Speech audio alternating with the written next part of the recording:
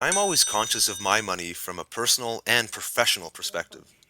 Welcome. Our Awesome. lives are very much intertwined and often controlled by our ability to manage, save, and spend our money.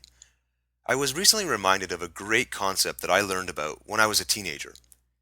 If a person were to take $1, invest the dollar in an asset, and then sell the asset for $2, they will have then taken the first step in a 20-month process of accumulating $1 million. The only habit that would need to be created is the habit of doubling the amount of money in hand every month for 20 months. Here is how the math would work out. Start off with $1. End of month 1, you have $2. End of month 2, you have $4. End of month 3, you have $8. Month 4, $16, and so on. If you keep doing the math, you see that by month 19, you have 524,000 plus dollars, and by month 20, over $1 million. Obviously, the model is very simple and the idea is basic enough for anyone to grasp. However, I'd like to expand on the underlying psychology of this concept. Let's imagine that we were going to make a committed decision to implement this model in our own personal financial lives, and we could not skip any steps or take any shortcuts. By the end of the first year, we will have accumulated only $4,096.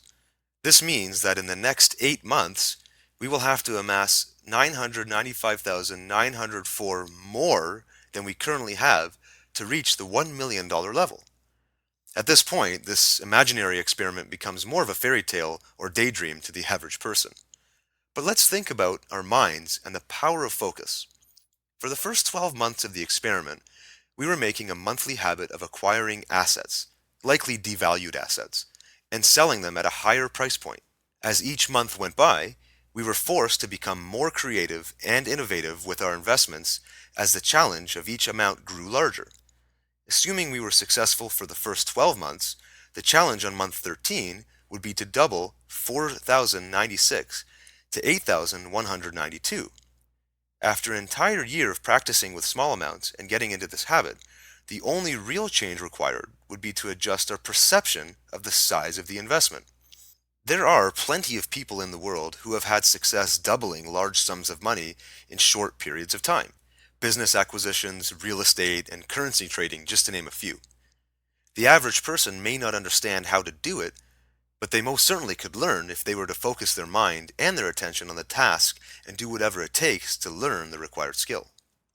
I once heard T. Harv Eker use the extreme example that if it was a life or death situation and your life depended on you making $1 million in 1 year, you could figure out a way to do it. And I completely agree.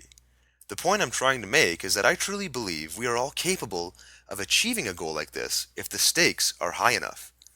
Why then do so few people ever try to achieve such a major goal?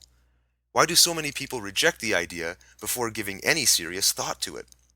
There are probably a number of reasons, but from my perspective, the primary reason a person would never attempt a goal like this is because in their heart, they don't believe they can do it. If they did believe they could achieve the goal, would they not be actively working on it? Of course they would. With that in mind, we can begin to understand the powerful role that beliefs play in our lives. From the standpoint of our minds, a psychologist would say that a belief is nothing more than an idea that we have consciously accepted as true and ingrained as part of our subconscious conditioning. If we are holding on to beliefs that limit us and keep us from taking action on a life-changing idea, with the proper awareness, we can make the conscious decision to formulate a new belief that supports us in our big life goals. I think it's both healthy and wise for every person to take time out regularly to examine their habits of thought. Since this audio is centered around the idea of financial goals and money, I would encourage you to step back and review your personal thought processes when you were introduced to the idea of 20 months to 1 million.